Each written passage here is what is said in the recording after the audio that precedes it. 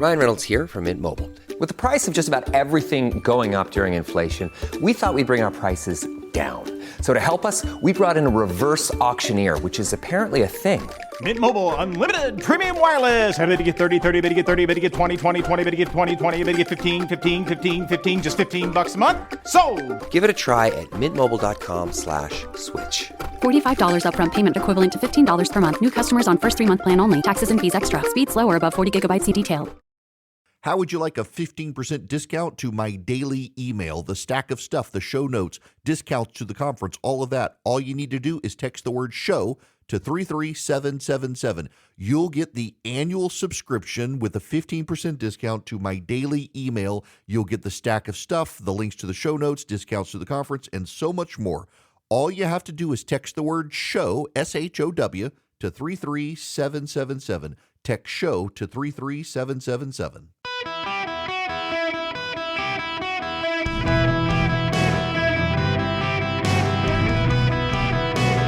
Welcome to the Eric Erickson Show podcast, Hour 2. Greetings, conversationalists. Welcome across America. It is Eric Erickson here, broadcasting from my home base today. The phone number is 877-973-7425. If you want to be on the program, you can text Eric, E-R-I-C-K, to 33777 and get the show notes, the live stream, the podcast, and the like. I have a guest with me. Sadly, he misspells his first name. There is no CK. It's just the C. Like most Americans, just can't add the C and the K together. But it's okay, because he's going to be the next senator from Wisconsin.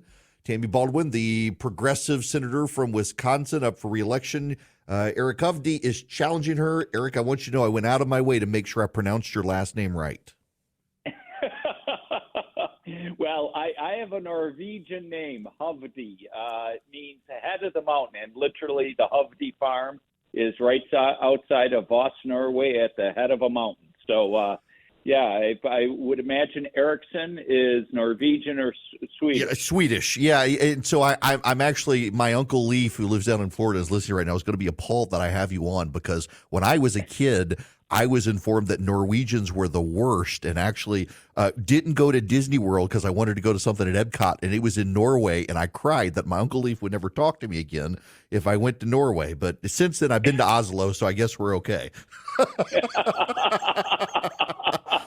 Now, it's funny that my dad had all these old Norwegian, Swedish jokes.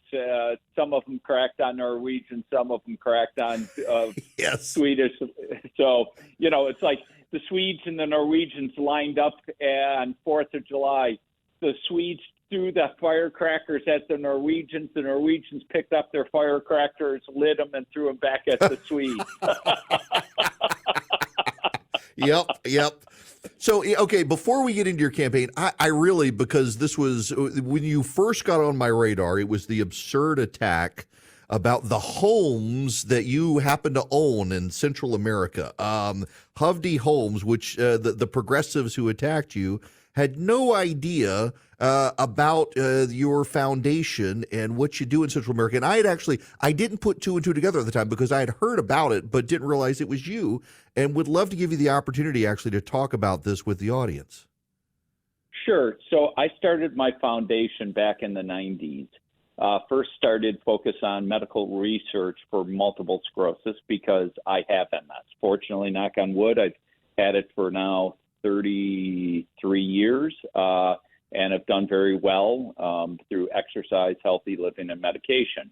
But shortly after that, I started focusing on abandoned children left to the streets. And if you're a child that, be it your parents that died or dysfunctional home, you end up on the streets, you're a victim of everything. Homelessness, sexual abuse. Most of them are sexually trafficked.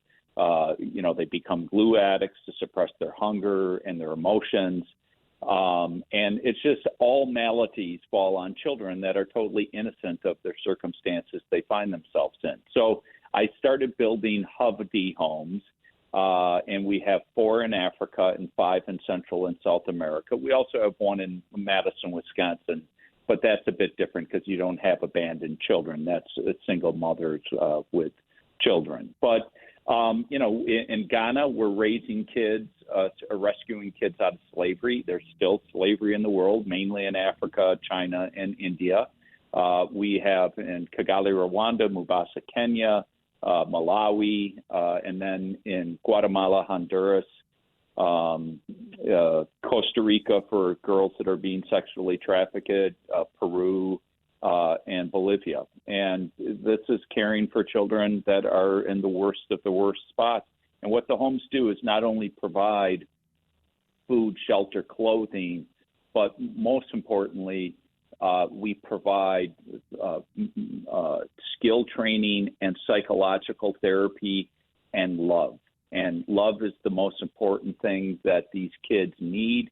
The human soul needs love, and they've never had love. They've just experienced abuse most of their whole life. So it's something I've been doing for a long time. My first one opened in 2001, and we have 9 homes around the world. And yes, the Democrats actually tried to attack me and say, oh, Eric Hovde owns personal homes in 3 central Latin American countries.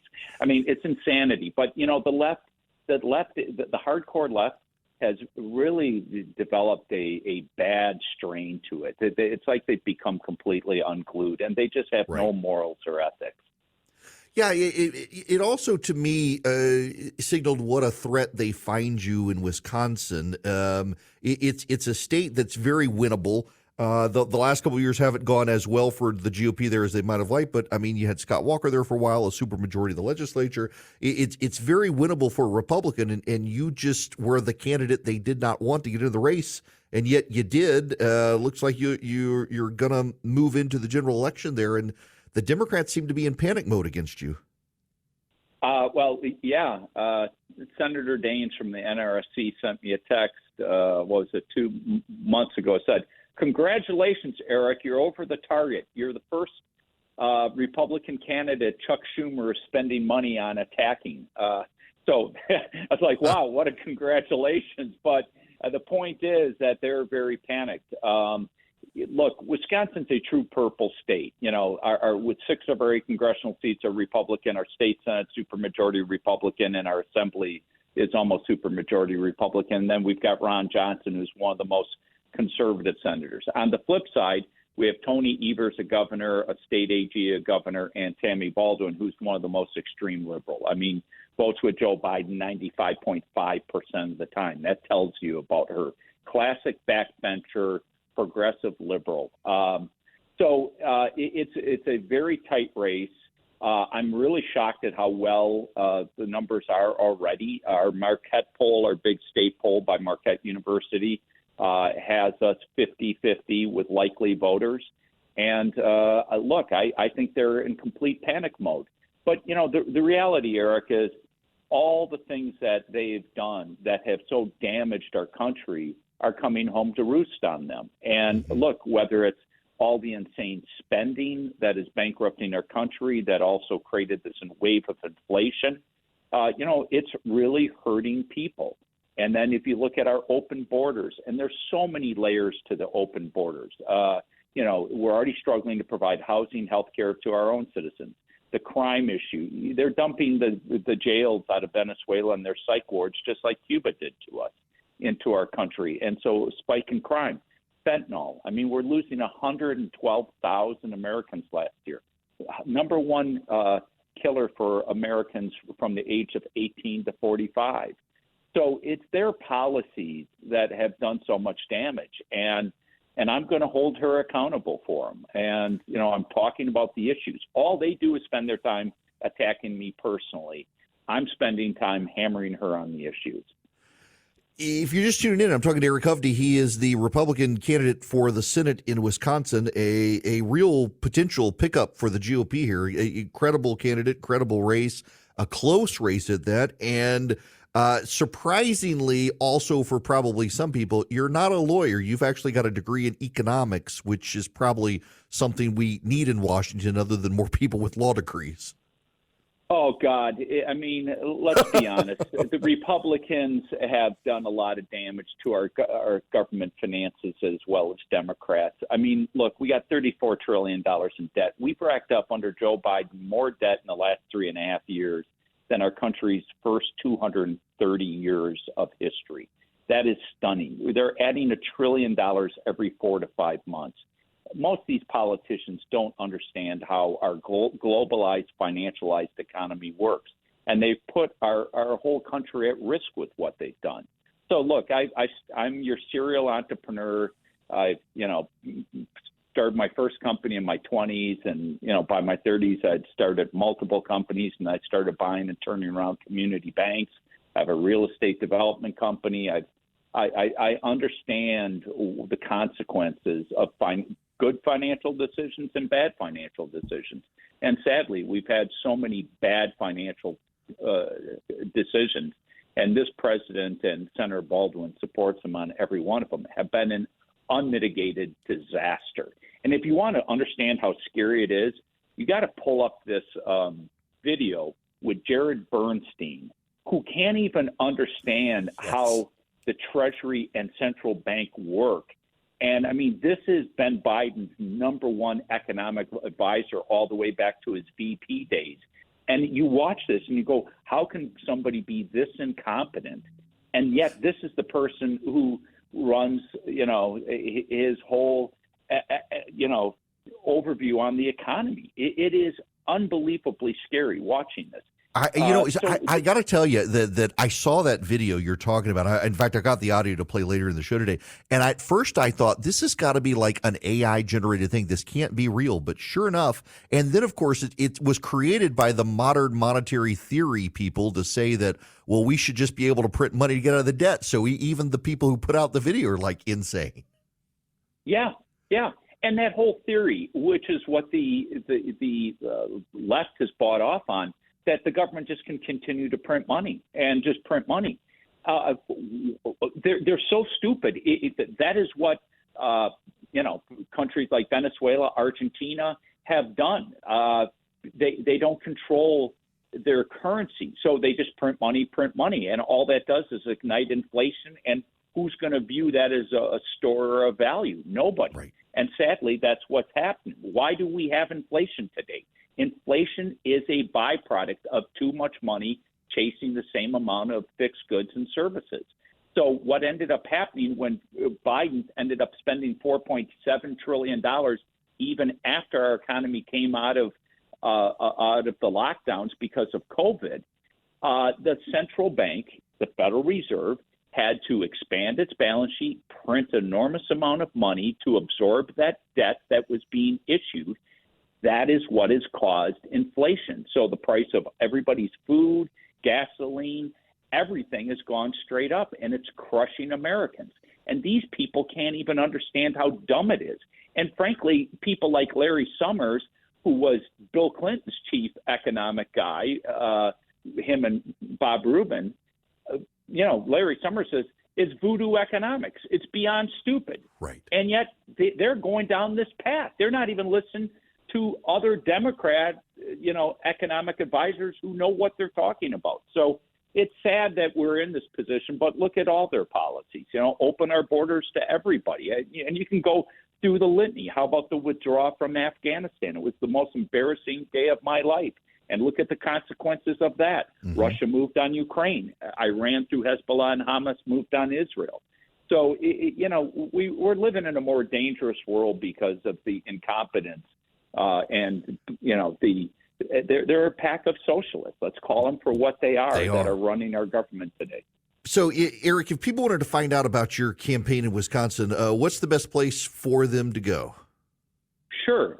My website, Eric, E-R-I-C, Hovde, H-O-V as in victory, D as in David, E as in Edward, EricHovde.com. Well, I'm hoping we're able to work around your schedule to get you to the conference in August and put you for the coast-to-coast grassroots. We'll be in Atlanta. We're talking to your team. I'm not sure if your schedule will work. I hope it will. It's great to have you on the show. Keep in touch, and best of luck to you on the campaign trail. It's a must-win seat, and you're the guy to win it. Thanks so much, Eric, and I hope all your listeners have a wonderful day. Thanks. You too. Eric Hovde, he is running for the U.S. Senate in Wisconsin. It is a real opportunity for the GOP. He is the candidate that everybody in the GOP, from Trump to Mitch McConnell, everybody said this is the guy to win the race across the spectrum. He's united the party, and this is the race to win.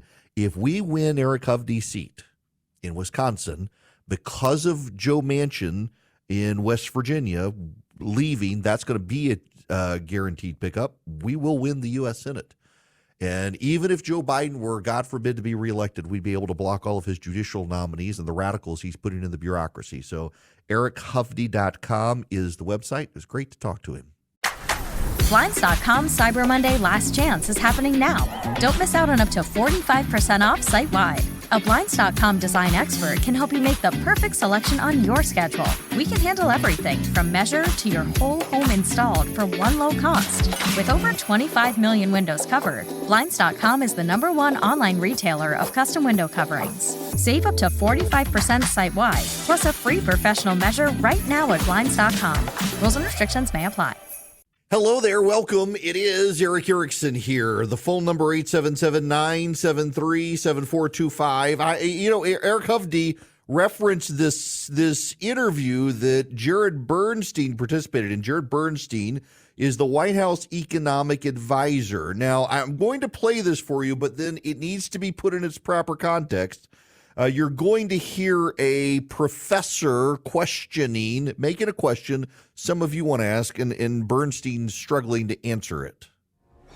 The U.S. government can't go bankrupt because we can print our own money. It obviously begs the question, why exactly are we borrowing in a currency that we print ourselves? I'm waiting for someone to stand up and say, why do we borrow our own currency in the first place? Like you said, they print the dollar. So why does the government even borrow? Well, again,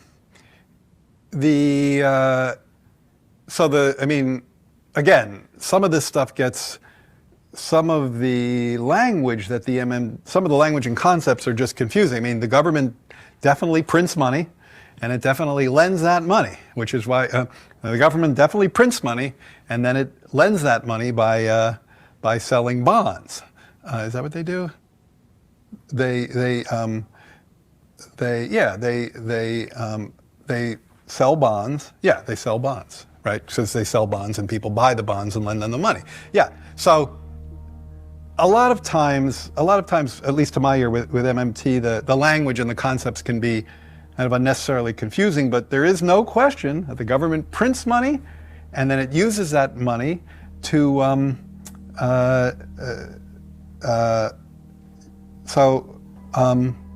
I guess I can't really talk. I don't get it. I don't know what they're talking about. Because it's like the government clearly prints money. It does it all the time. That's the White House economic advisor. Now, the clip is edited. You got to pay attention to that. Around 122, there's an edit of the clip, and I don't know what they took out.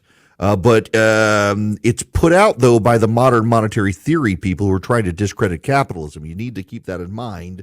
I'm not even an economic expert, and I can answer this question. It's not hard, and I'll do it. But first, I got to tell you about Old Glory Bank, because Old Glory Bank is my bank, and you, my friends, have a great opportunity to use Old Glory Bank. I want to tell you about the innovative thing I did the other day.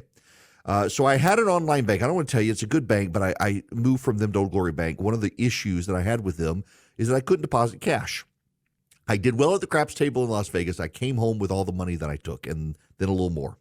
So what do you do with all the cash? Well, at a lot of online banks, you can't deposit the cash, but Old Glory Bank is very innovative. They have a great app you put on your phone. You generate a QR code and you take it to one of 88,000 retail locations around the country. They scan it. You hand the cashier your cash. It gets deposited into your bank account, and it just works magically so. That's how innovative Old Glory Bank is. OldGloryBank.com. You can go get an account in less than 8 minutes, and you can deposit cash even though they're an online bank. OldGloryBank.com, member FDIC, equal housing lender, terms and conditions apply. Get an account with OldGloryBank.com, just like I did.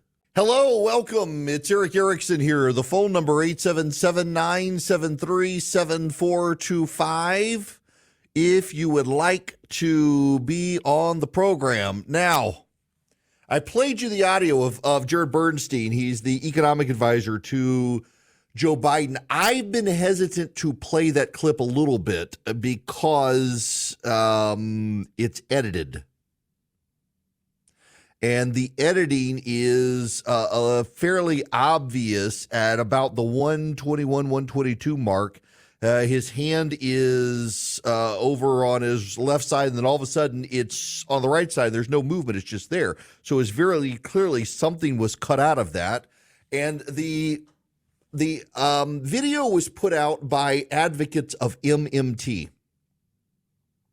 MMT is called modern monetary theory, and MMT people believe that the government essentially can print as much money as it wants and spend as much as it wants, and we're not going to have inflation. What they actually argue, the easiest way to explain it is MMT people, they don't argue there's no such thing as inflation. Imagine it this way. You are walking down a hallway and there are no lights on. And there's a giant pit you're going to fall into called inflation. Regular economists say if you print a lot of money and dump it into the economy, when you walk down this hallway, you're going to fall into the pit of inflation sooner rather than later. What the MMT people say is you walk down the hallway, you can walk a great distance before you ever hit inflation. The modern monetary theory people are wrong, and Jared Bernstein is a critic of modern monetary theory and has tried to find common ground with them, which is probably why he sat down for this interview. So why does the government, this is the thing the modern monetary theory people ask, why does the government borrow money from itself? And Jared Bernstein, if you listen to the clip, assuming it was accurate portrayal and not edited to make him sound more dumb than he already sounded, They don't have the answer for it. You know, I'm not an economist. I didn't even take economics in college other than microeconomics, but I know the answer to the question. The Federal Reserve serves as a bank for the United States. So what is our currency? The dollar. Where do the dollar bills come from? The Bureau of Engraving and Printing. Who orders them printed? The Federal Reserve. The Federal Reserve controls the supply of money into the United States. It is essentially the central bank of the United States. Well, why does the government need a central bank? It's got to get its money from somewhere.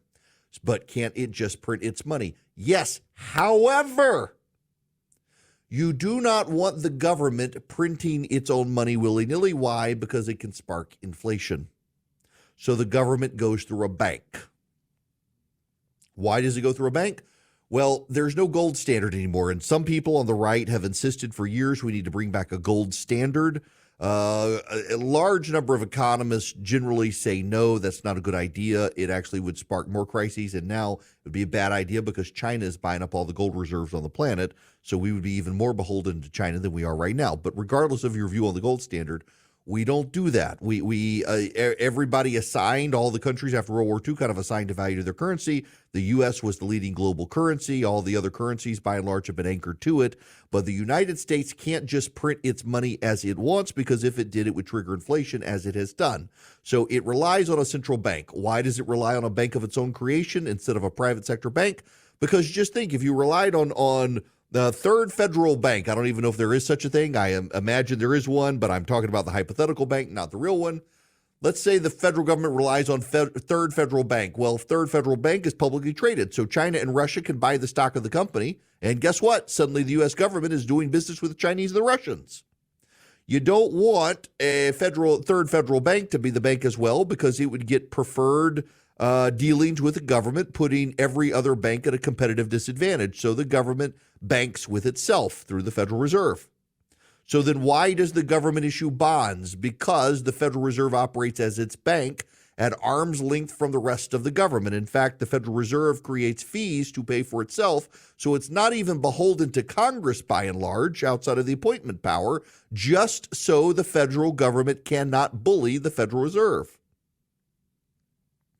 So when the government wants to spend money and it doesn't have the tax revenue, it's got to take out bonds just like everyone else in the private sector, every other company. Those bonds, though, the money is backed by the Federal Reserve, which then issues the money that has been printed by the Bureau of Engraving and Printing. That's why the federal government takes out bonds. If the government just killed the Federal Reserve and printed the money willy-nilly, we would have even worse inflation than we have right now. Why? Because when you pour a lot of money into the economy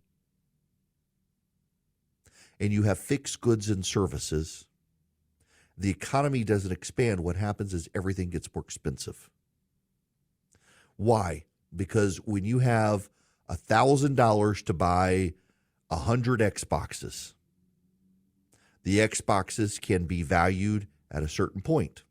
But when suddenly you have $100,000 to buy 100 Xboxes, the cost of those Xboxes has to skyrocket to control the supply and demand.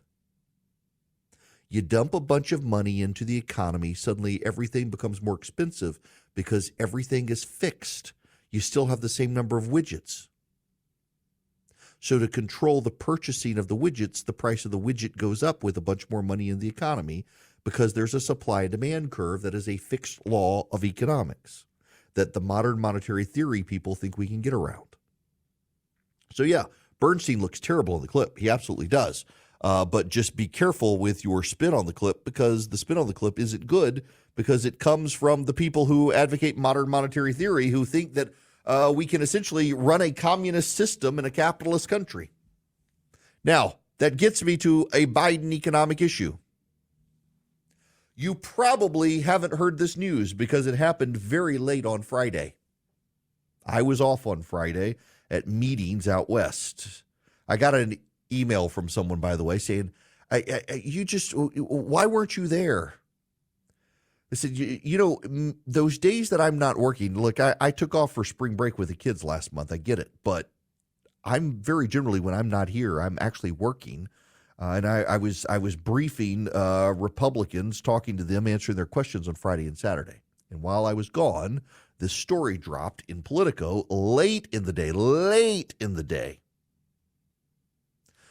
The Biden administration has released its final electric vehicle rules and announced them very late on Friday so that they were largely unnoticed. And guess what? China is going to qualify for the tax credits, something the Biden administration said it would not do. But the Biden administration has concluded that the American supply chain can't meet the timeline for his green transition, so he's going to open the American market to Chinese EVs that are being made in Mexico. Joe Manchin was on CNBC this morning. I didn't pull the clip because they were chatting at the Milken conference, and there was a lot of background noise of people milling about, and I didn't want to subject you to that.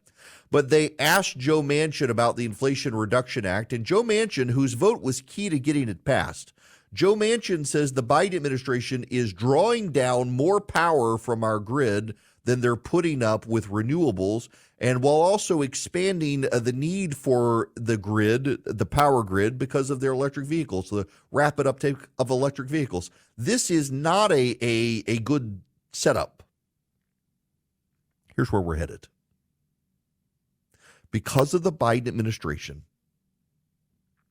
we are headed towards a massive influx of Chinese electric vehicles, putting American auto manufacturers at a disadvantage on a power grid that doesn't have enough power to meet our demands, because the Biden administration is forcing the closure of coal and natural gas powered plants. We're headed towards the dark ages in this country because of what Joe Biden is doing. And they waited until late Friday when no one would notice that this sort of thing was happening. Should be a big red flag to all of us, except the left in this country. They want this. Now, just how perverse is this? There's a story from Science magazine. There's a blob, a warm blob. It has occurred a few times in the past decades, sometimes reaching more than 2 degrees Celsius above normal. It's sparked coastal-wide blooms of toxic algae. It's left thousands of humpback whales missing and presumed dead. It's emptied the nets of Alaska cod fishers. It's littered the North American beaches with the corpses of starved seabirds. Do you know what has caused this? China getting rid of air pollution. Y'all, we have reached the can't win for losing stage of the climate change debate, where it turns out the Chinese have been getting aerosols out of their air to clean their smog. And the result is that it's caused more global warming. By cleaning the air in China, it's caused more global warming that's heated the oceans, that's caused the mass death of whales and seagulls and cod. That's right. You can't win for losing anymore because the Chinese won the aerosol fight, apparently, and now it's caused more global warming. There's no way to get out of it. You might as well adapt to it. So that's not what the left wants. The Biden administration doesn't want us to adapt. They want us to give up our way of life. They want us to move to electric vehicles that are useless for people who live in the country. All these things. It's absolute nonsense. It's ridiculous. And the Biden administration knows it's ridiculous, which is why they didn't release the protocols for electric vehicle compliance until the end of the day on Friday, so no one would notice that they've essentially handed our economy to the Chinese, all because they want to fight global warming. Now, to the phones. David, you're going to be up next. Welcome to the show, David. How are you? Hello there. Eric, I've called you before when it was healthcare issues. I've been a family doctor in Atlanta since 1987. And graduated undergrad from a fairly respectable Southern university, major in philosophy and religion, believe it. And I was listening to your comment about academia. I caught the tail end of that about how it doesn't make any sense. And then you hear this economic advisor who clearly is completely lost by his own admission in that interview. He's totally lost. Well, isn't that the situation with the entire Western academic world once they abandoned a worldview that the whole world held until the early 19th century? I don't want to talk too much, but there was a groundswell, a shift in academic thinking in the early 19th century over the age of the earth, and that's where the Bible colleges and Western academia split at that point. Yeah, we are, and everybody's dumber. Okay, David, I'm sorry, I'm hung up on this. You're a medical doctor, but your undergrad degree is in religion and philosophy. How exactly does that work? Yes. Well, it means, I guess the way I'm wired is to take care of the whole person, body, soul, and spirit, which means you get the scientific information, but you also want to know the spiritual stuff. I mean, I always wanted to be a doctor, but I got waylaid into philosophy and religion. Yeah, so I just like everybody I know who went to med school, that they did a very I'm going to be in chemistry and I'm going to take biochem and all this philosophy stuff. I can't take it. I got to take the sciences, and so I'm just, my mind's kind of blown that you did that. I always wanted to be a doctor, but when I got into college, I had a broader perspective on things, and of course I went down the progressive path, in the studies. It was supposedly a Baptist college, a university, but we studied the German historical critical point of view, which you had in your seminary.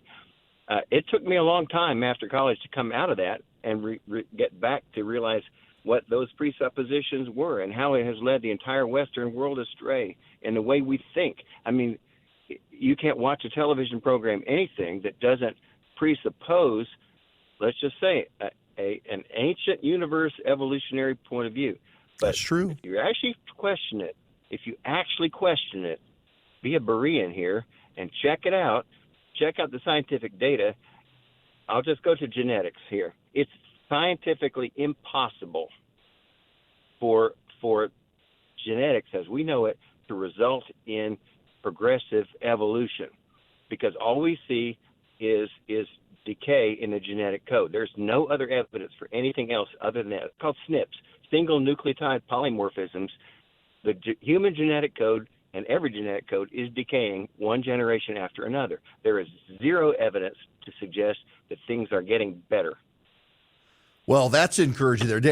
Look, I got to leave you there because I got to go to commercial break, but I appreciate the call and the point that, yeah, kids going to college today are getting dumber than they've ever been, and Jared Bernstein is leading indicator of that, and he's an old guy. God, we need to rethink college in this country. Y'all, I got to tell you about Eden Pure. I'm glad to have them back. I travel with my Eden Pure Thunderstorm. It's an air purifier, and it really does wipe out odors. Fish odors, musty odors, litter box odors, smoke odors, musty odors, you name it.